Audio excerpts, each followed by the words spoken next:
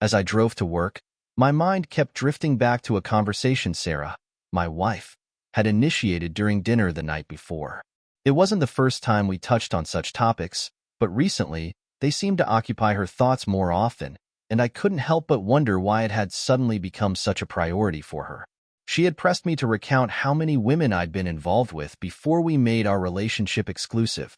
On top of that, she wanted to know if I still had any lingering thoughts or fantasies about those women, or if they ever crossed my mind during our intimate moments.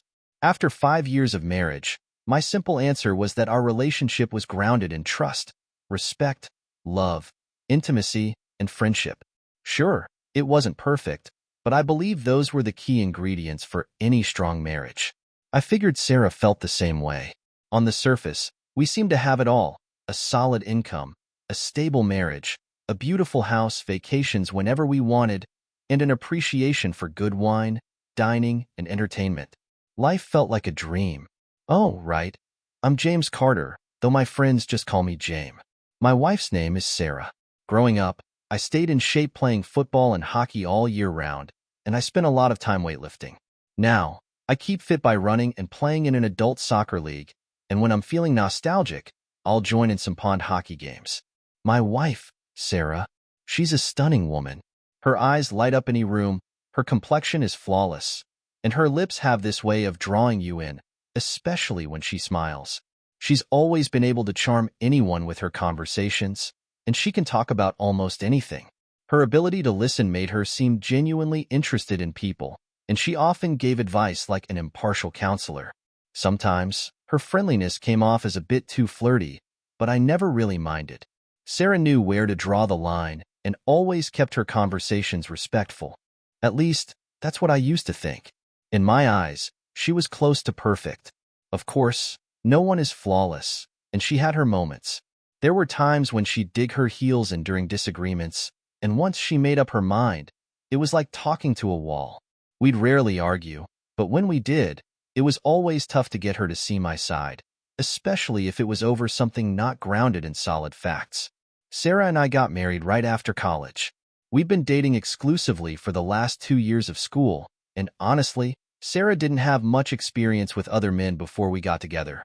I, on the other hand, had lived a bit more wildly in high school and my first couple years of college, dating different women and enjoying that freedom. By the time I was 19, I figured I'd had my share of experiences.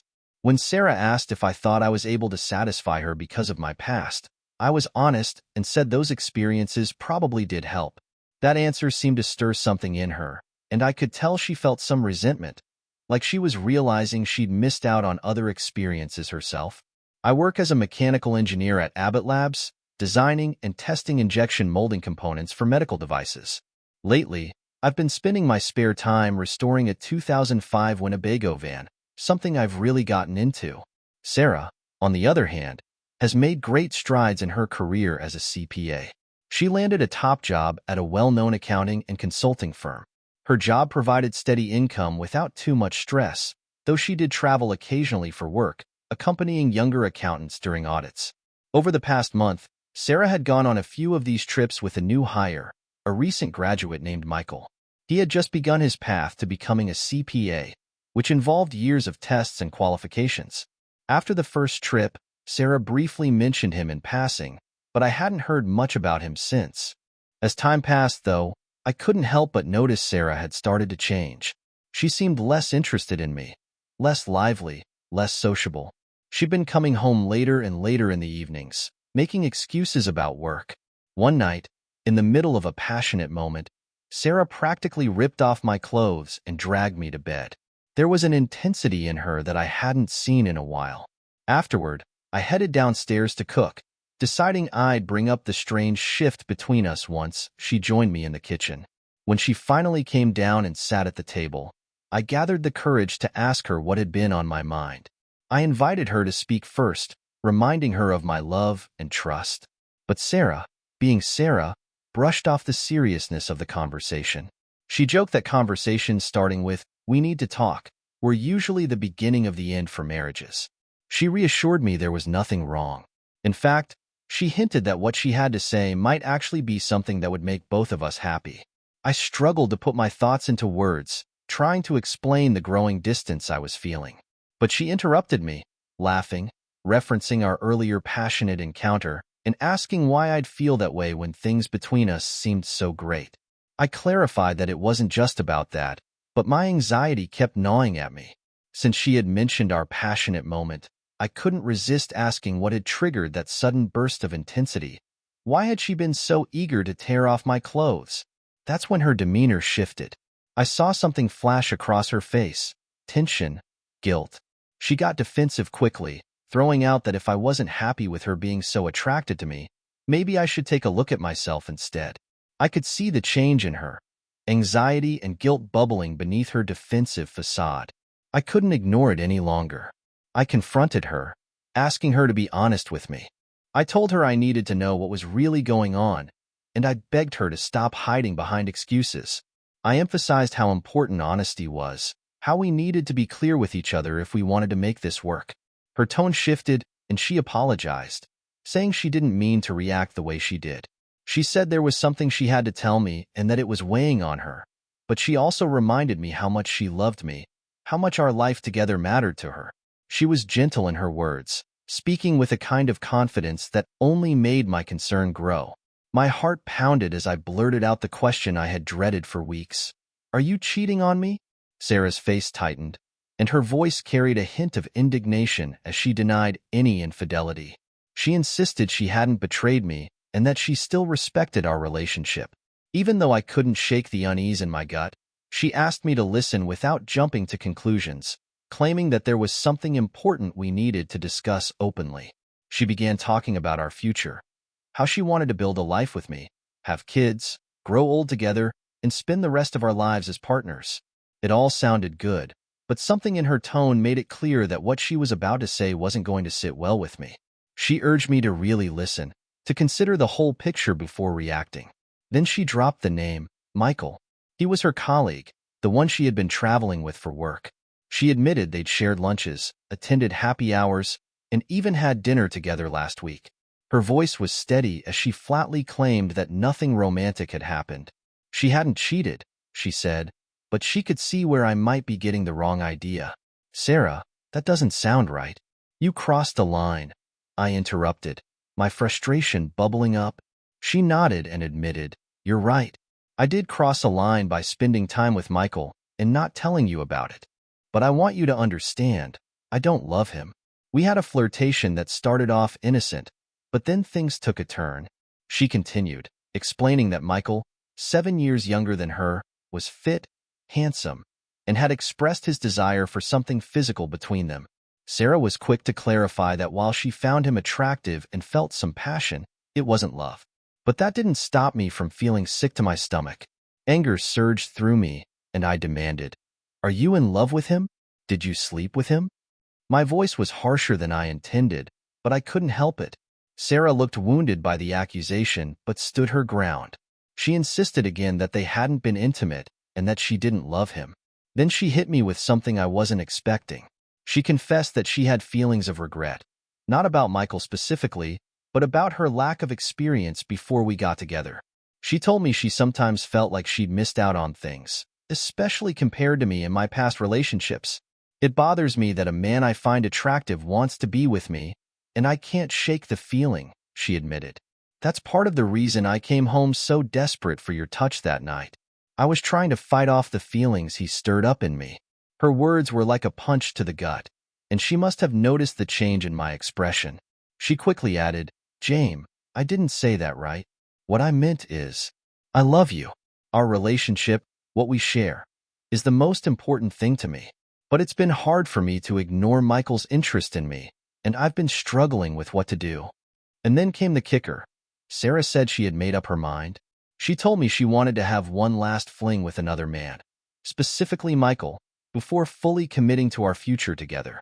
She said she felt like she deserved it, like she needed it to put her curiosity to rest once and for all. She asked for my understanding, even my permission. But deep down, I knew she wasn't really asking. She had already decided what she was going to do. I couldn't believe what I was hearing. My jaw tightened, and I could feel the anger building inside me. Sarah noticed the rage in my eyes as she continued to insist that she loved only me, that her desire to be with Michael wasn't about love, but about experience. She even tried to frame it as a way to strengthen our relationship, as if my agreeing to her having this one-time experience would somehow prove how much I loved her. But I couldn't see it that way. I told her flat out that what she was asking for hurt me deeply. It felt like she was testing my love, putting a condition on our marriage that I never signed up for. I couldn't wrap my head around how letting her break the vows we made would fix anything between us. I stood up from the table, my mind racing, emotions swirling between anger and disbelief. I could see it in her eyes. Sarah knew she had said too much, that she had pushed too far. I only hoped she would realize that her request might not just damage our marriage, but completely tear apart everything we'd built together. She needed to understand the weight of her actions and what they might mean for our future. I wasn't sure if our marriage could survive this. As the confrontation escalated, I admitted to Sarah that discovering my emotional connection with one of her colleagues must have felt like a betrayal. Conversations and casual meetings that seemed innocent to me were likely perceived as a form of infidelity by her. I recognized the pain and mistrust this had introduced into our relationship. I tried to make it clear that while I hadn't crossed the line into physical intimacy, I had shared a few kisses after happy hours. I knew this didn't excuse my actions, but I needed her to understand my perspective. I felt her disbelief and anger deeply, and I offered a heartfelt apology for the hurt I had caused. Despite her deep-seated trust and belief in me, learning about my actions had shattered that trust. My response was sharp and bitter. "Fine, Sarah. Maybe I'll go out and find a meaningless fling of my own, and see if you still believe in our relationship then." With that, I stormed out, grabbing my keys and heading for the door. Sarah's voice echoed behind me, desperate and pleading. "James, please don't go. Please reconsider."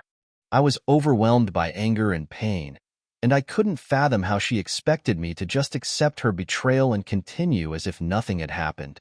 "Sarah, you're fooling yourself. How can you expect me to endure this while you claim to love me? If you continue this affair, it's over. Do you even understand the seriousness of what you're asking?" I made my way to my car, needing to distance myself from the chaos. Sarah's calls and pleas followed me, but I couldn't bring myself to respond. I drove off into the night, my mind a whirlwind of shock and confusion. Seeking a reprieve, I checked into the Hilton Hotel in a nearby suburb for the night. I spent hours in the hotel bar, numbing my emotions with alcohol. Eventually, I stumbled back to my room and collapsed into bed, still reeling from the shock of Sarah's actions. I ignored her persistent calls and voicemails, struggling to understand how she could claim to love me while blatantly violating our vows. I knew Sarah's stubbornness well, but this wasn't the time for it. I debated whether to give in and let things be, fearing it might be a fatal mistake for our marriage. I needed to make her understand the gravity of what she was proposing before it was too late. Yet, doubts gnawed at me. Was it already too far gone? Even if I convinced her to change course now, how long before she crossed the line again? The trust and respect between us seemed to be teetering on the brink of collapse. I wondered if consenting to her request would only set a precedent for more betrayals. Would she come to resent me for allowing her to seek comfort elsewhere? Or would she feel that I was failing to meet her needs? It became clear that no matter what choice I made, the future of our relationship seemed bleak. A sense of impending doom clouded my thoughts. It felt like our path was leading to a tragic end.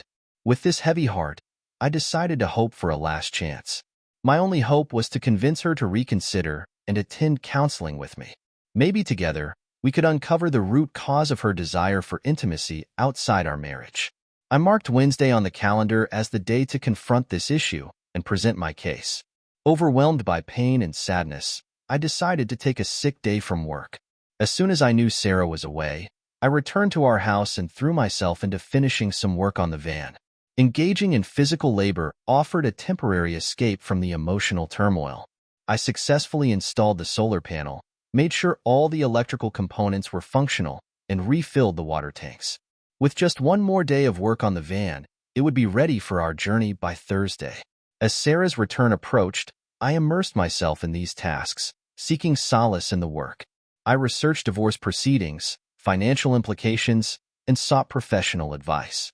I began to draft a plan for both potential outcomes.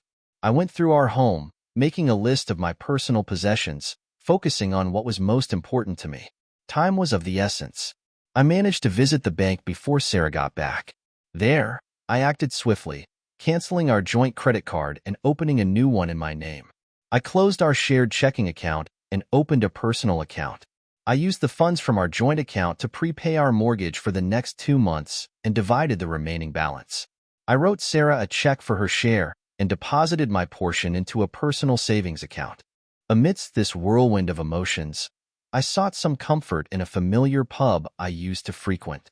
At the pub, I sat nursing a beer and picking at a hamburger, trying to prepare myself for the inevitable conversation with Sarah. As I mulled over my thoughts, I knew this discussion would be crucial for our future. Around 6 o'clock, Sarah returned home. The moment she saw me, she expressed both concern and disappointment. She was upset that I had left without telling her, worrying about my well-being. "I understand that you're hurting," she said, her voice soft, "but I was genuinely concerned about your safety. I should have made sure you knew I was okay." "Sarah," I began, still grappling with my emotions. I used to believe wholeheartedly in the strength and durability of our love. But now, after everything that's happened, I feel that the foundation of our relationship is cracked. A week ago, I could never have imagined that you'd ask for permission to have an extramarital affair, let alone think we could continue on like nothing happened. I looked at her, my words sharp with disbelief. "I don't understand how you can tell me you love me and want to spend your life with me, but also ask for permission to be intimate with another man." "Sarah, asking for permission doesn't change the fact that it goes against the vows we made to each other. This is a breach of trust, and it's crucial you understand the gravity of this. It's not just about this weekend. It's about what this means for us, now and in the future." I paused, seeing the weight of my words beginning to sink in for her. "When you talk about drama and immaturity, Sarah, what I'm living through right now surpasses all of that. I look at the woman I once loved and wonder if I even know who you are anymore." She tried to speak, but I continued, my voice steady. "You're asking me to accept that you love me, while at the same time, asking me to accept that you're planning to sleep with another man this weekend. And then what? You think we'll go back to being the same couple on Monday? You know that's not possible. Our relationship will never be the same again." I took a deep breath, trying to maintain composure. "Think about it, Sarah. How would you feel if I did the same thing? If I told you it was just a meaningless affair, would you be okay with that? I understand you feel like you missed out on certain experiences before we met, but that doesn't make this situation any less painful for me." Her face crumpled, tears welling in her eyes, and I could see the guilt weighing on her. "I'm not saying I haven't had experiences with other women before we got together," I admitted. "But that was different. We weren't married then. And if I were to start something with someone else now, I'd expect consequences. I'd expect you to ask me to leave and wonder if you could ever forgive me." I let the silence hang in the air before asking the question that had been tormenting me. "So why should this be any different for you? Why should I not be thinking about asking you to leave? And why do you think forgiving you would be any easier for me?" Sarah was overwhelmed. She tried to speak, but I interrupted. "Tell me the truth, Sarah. Have you already committed to this? Have you promised him anything?" She tried to defend herself, saying he wasn't her lover, but eventually, she admitted to arranging a weekend trip with him. They planned to leave the next morning and return Sunday evening. I felt a surge of anger and heartbreak. "Sarah, if you go through with this, things won't just go back to normal on Monday. Our relationship won't be the same." Sarah gasped and retreated to the kitchen. Sitting down at the table, she pleaded with me not to let this ruin our marriage and life together. She insisted that I was the only man she wanted to raise children with, that I had always been her husband in her heart. But I shook my head, feeling a deep disconnect. "Sarah, we're not on the same page anymore. If everything you've said is true, you wouldn't even be considering going through with this on Saturday. I don't think we'll find a resolution tonight."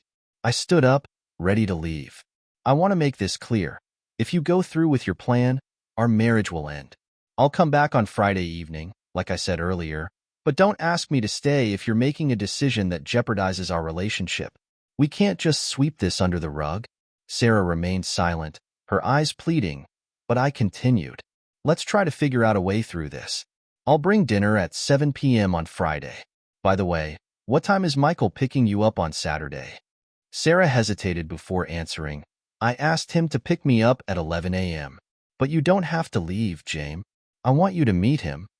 Anger surged through me, but I kept it under control. Sarah, if I meet him, I might just ask both of you to leave. She winced, and instead of lashing out, I told her she should be grateful I wasn't cutting her out of my life entirely. You need to really think about what you're doing here. You seem to underestimate the damage this is doing to our relationship. Before I left, I made one final thing clear. If you decide to end this affair and tell him you won't see him again, either now or in the future, and if you agree to go to counseling with me, maybe we can find a way to repair this. But if you don't, our marriage will be over. Give me your answer by Friday evening. Think carefully, Sarah. What you do next will change everything. With a heavy heart, I left the house and drove back to the Hilton, where I had reserved a room for the next 2 nights. The weight of uncertainty hung over me as I contemplated what might happen in the days to come. Recognizing the urgency of the situation, I called my boss and explained the extraordinary family circumstances that required me to take some time off. He was reluctant to ask for details, but granted me the day. On Thursday morning, after Sarah left for work, I went back to our house and began packing my belongings quietly.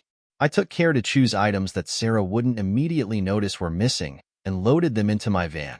I even decided to get rid of clothes I no longer needed, dropping them off at a store. Later that day, I gathered tools, sports equipment, and other recreational items that I had no space for and took them to Daniel's house. Sitting with beers in hand, I explained the situation to him, laying out the options I thought I had.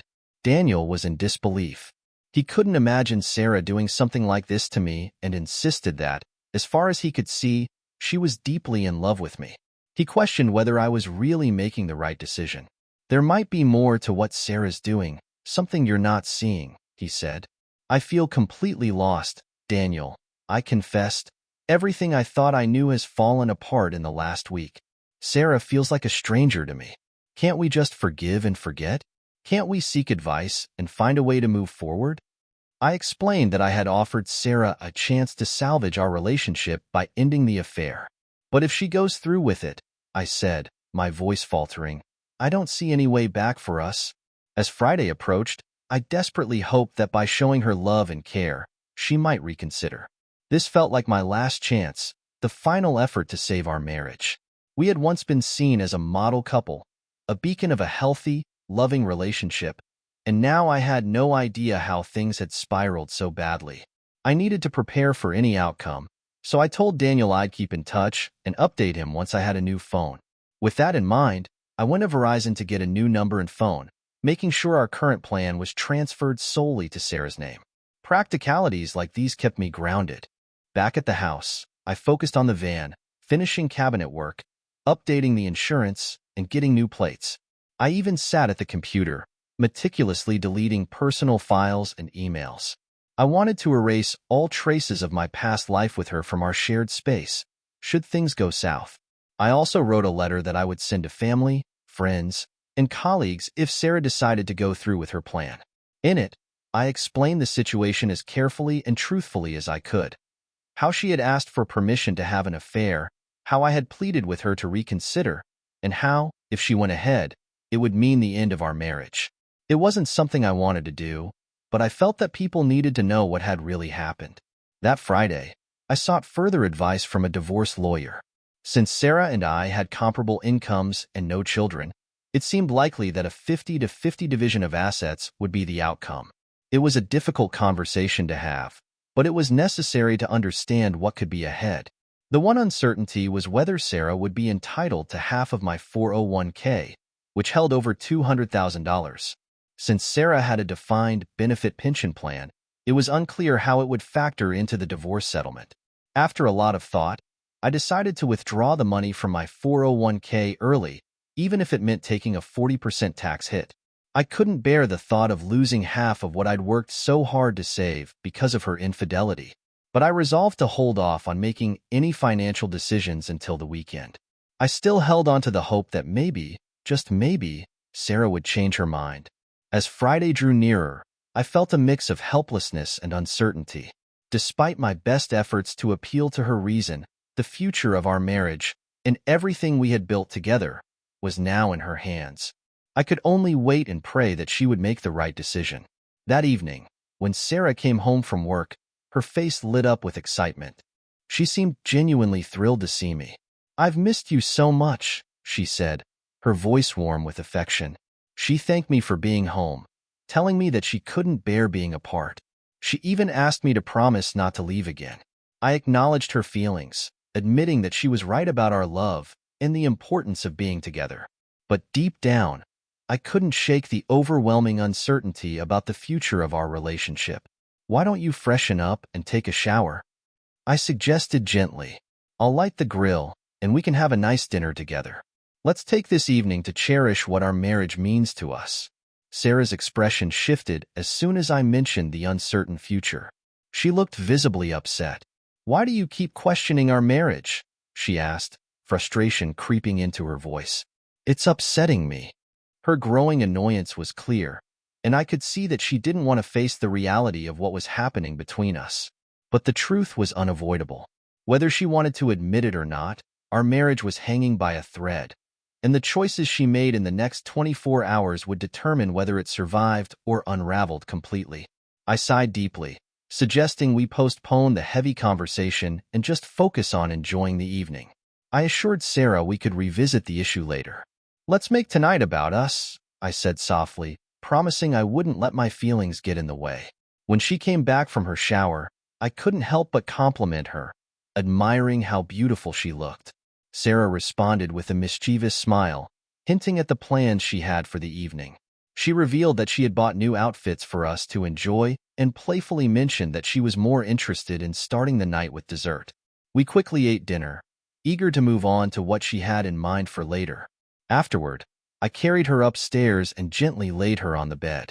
Our intimate moment felt bittersweet, and after it ended, Sarah, exhausted and content, soon fell asleep.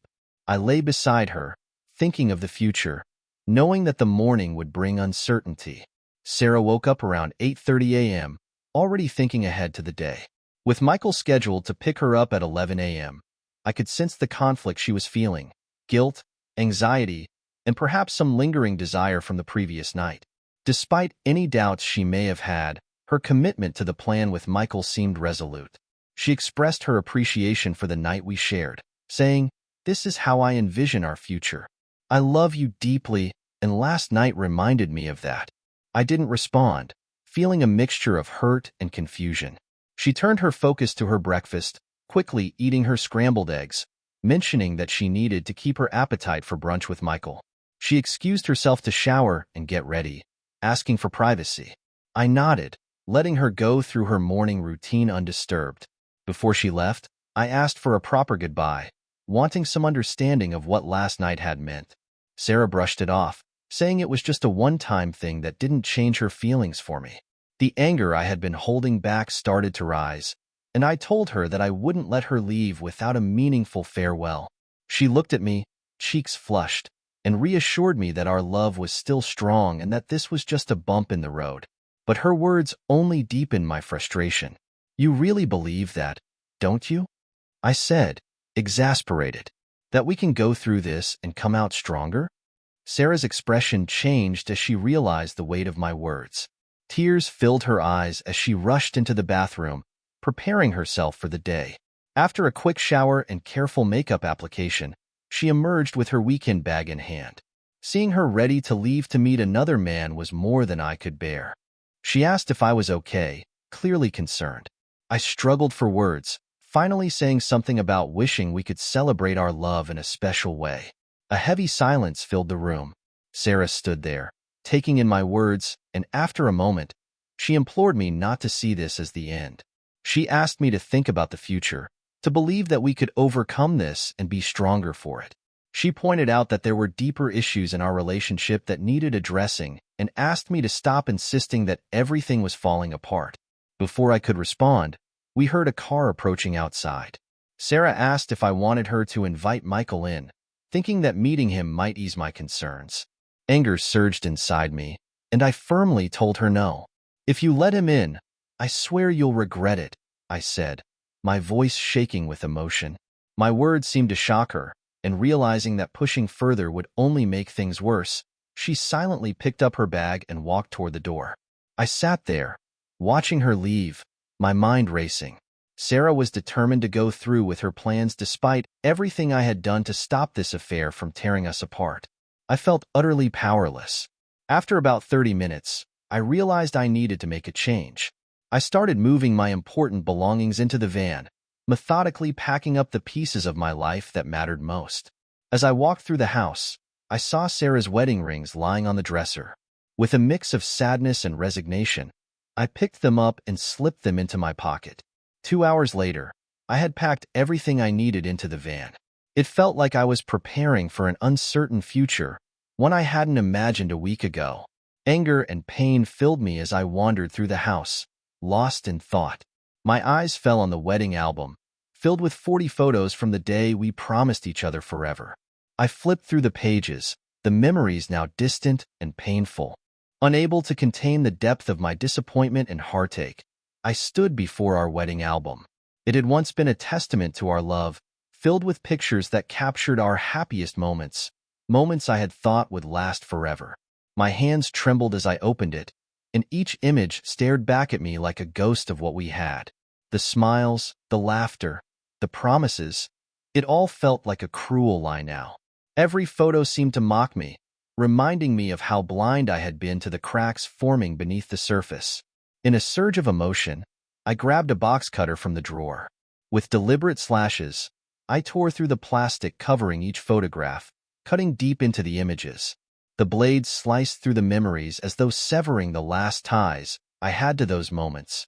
One by one, I tossed the ruined pictures into the fireplace, watching the flames hungrily consume them. As they burned, the crackling sound seemed to echo my own heart breaking. What had once symbolized our love was reduced to ash, swirling up the chimney and disappearing into the night. I stared into the fire, wondering how it had come to this. How could something so pure, so cherished, be destroyed so utterly? My mind replayed the events over and over again. The dinners where I had noticed the subtle flirtations between you and Michael, the moments of hesitation in your touch, the kisses that you had shared with him that shattered my world. It felt like drowning in an ocean of betrayal, unable to catch my breath or find solid ground. I couldn't understand how you could look at me, knowing what you had done, and still expect me to carry on as though nothing had changed. The pain felt like a living thing inside me, gnawing at my soul, tearing apart everything I thought I knew about love, loyalty, and marriage. I sat down at the desk, my heart heavy with a grief I had never known, and began to compose what I knew would be my final words to you. It was time to say goodbye, not just to the life we had shared, but to the woman I thought I had married. Sarah, this is my goodbye. I've thought long and hard about what I need to say to you, but no words can truly capture the devastation I feel. I can no longer bear the thought of watching you walk away from what was once a cherished marriage, pretending that nothing has changed. Your wedding rings, left so carelessly on the dresser, say everything. They symbolize the abandonment of our vows, of everything we promised each other, and the casual way you've evaded the reality of your affair to chase after a fleeting weekend of freedom. It's impossible for me to understand how you could believe that stepping out of our marriage for a few days and then coming back, expecting things to be the same, is even remotely acceptable. You've humiliated me, Sarah. You've disrespected everything we built together, and the idea that you thought a weekend affair would mean nothing is incomprehensible to me. But it wasn't nothing. It was everything. It was the final act that revealed the gap between what I thought we had and the painful truth of what was really there. Your betrayal cut deep, deeper than anything I've ever experienced. It showed me that while I was still living in the illusion of love, you were already moving on, slipping away piece by piece. I can't fathom how you thought you could continue to deceive me, thinking I would just stand by your side and accept it. From the first flirtation to the stolen kisses, the boundaries you crossed were clear, even if you convinced yourself otherwise. You kissed another man, and in doing so, You kissed away the trust and respect I had for you. But it was when you assumed I would go along with it that was the real betrayal. How could you believe you deserved that? And worse, how could you think I would tolerate it? I tried to reason with you. I pleaded with you to see that our marriage, our friendship, our love would never be the same if you went through with this. But you brushed off my concerns like they were trivial, as if I was being unreasonable for not wanting to lose you. You labeled me dramatic, immature, even as I begged you to stop before it was too late. I offered to do anything, couples therapy, a fresh start, whatever it would take to fix what was broken. But my words fell on deaf ears. You had already made up your mind. The night we shared before you left, I thought maybe, just maybe, you'd reconsider. I thought the intimacy, the connection, the love we still had might remind you of what we could salvage. But I was wrong. You left anyway. I don't understand how you believed I'd agree to this. How you could be so certain I'd wait for you to come back and just fall back into place. It's like you never really knew me at all. I trusted you so completely, and now that trust has been shattered beyond repair. Even if you claim this was a one-time mistake, I know it won't stop. If it didn't satisfy you, how long before you seek out another thrill? And if it did, how long until you're back at it again? These are the questions that will plague me, every day, every night, if I stayed. How could I ever look at you again without wondering where your mind is, without questioning whether you're thinking of someone else? I can't live like that. I can't live in a marriage without trust, and you've destroyed any trust one had in you. I can't imagine ever loving you again, not when the image of your betrayal haunts me. During that last night, it felt like everything we had built together, the love, the respect, the friendship, was stripped away. I can't forgive you for that, and I can't move forward with you knowing this is what our future holds. There are practical matters to address. I've divided our property and handled the mortgage payments for the next 2 months. Enclosed is a check for your share of the joint accounts. I've canceled our joint phone plan and removed my name from the mortgage. The house is yours now, to do with as you see fit. I won't be returning, and it's no longer my home. As for your wedding rings, I may pawn them for gas money. It seems fitting. In my anger and grief, I destroyed our wedding album. The photos are gone now, ashes in the fireplace, where they belong. If you feel so inclined, burn the rest. It's a fitting end to what we once had. I've also sent an email to our friends and family, letting them know about the affair and my decision to leave you. You have a couple of days to figure out how you want to handle your side of the story. My advice? Own up to your choices. Take responsibility for what you've done. You can move on now, Sarah. Sell the house, start fresh, but it's no longer my concern. Maybe one day I'll meet someone who loves and respects me the way I deserve, but for now, I'm leaving this behind. When the time is right, we can discuss the logistics of a divorce. But I've quit my job, cashed out my 401k, and I'm leaving this life behind. I'm turning left, and I'm never looking back. Goodbye, Sarah. After I sealed the letter, I scheduled it to be mailed out on Monday, giving myself a few days to leave before anyone could reach me. I packed my belongings into the van, my new life condensed into a few boxes, and walked out the door one last time. I didn't look back. Driving along the banks of the Mississippi, my thoughts were consumed with what had happened. Every mile that passed under my wheels felt like an inch closer to some kind of resolution, but it wasn't peace. It was just distance. Distance from the memories, from the pain. I wondered if I had made the right decision. There were moments when I thought about turning around, about trying to fix things. Maybe, when the anger had faded, I'd see things differently. Maybe I'd want her back. But not now. Not today. As I moved forward, Sarah had her own battles to face. She had to explain her actions to her family, our friends, the people who had seen us as the perfect couple. I imagined how difficult it must have been for her to face them, to admit her betrayal. Even she probably didn't fully understand why she had done it. But Sarah had convinced herself that it wouldn't change anything. She was wrong. For weeks, I remained silent, ignoring the attempts she made through mutual friends to reach me. Daniel, my best friend, was the one who relayed her desperate messages. Sarah says she loves you, Daniel told me one day. She regrets everything and wants to make it right. She's willing to do whatever it takes if you'll just give her a chance. I said nothing. What was there to say? Sarah waited, week after week, hoping for a response. But none came. And then, a month later, something unexpected happened. Michael was attacked. He opened the door one night to find a masked assailant standing on his porch. The man, wielding a baton, struck him twice before landing a vicious blow to his groin. As Michael lay there, writhing in pain, the attacker delivered a final warning. Stay away from married women. It wasn't hard to guess who the attacker was. I had kept tabs on Sarah, wanting her to suffer as I had. Maybe it was petty, maybe it was cruel, but I needed her to feel what I felt, to know the pain of betrayal, of losing something she thought she had control over. Despite her claims of waiting for me, it wasn't long before Sarah moved on. 2 months after I left, she brought another man into our home. The thought of it disgusted me, but I no longer cared. She sold the house not long after, using the money to rent an apartment and start over. In an act of desperation or reinvention, she even used some of the money for breast augmentation surgery. But the change was short-lived. A week after her surgery, she developed a blood clot. It traveled to her lungs, and within hours, Sarah was gone. Just like that. When I heard the news, I felt nothing. No sadness, no anger, no regret. I realized then that maybe I had lost the ability to feel anything for her at all. She had become just another chapter in a book I had already closed.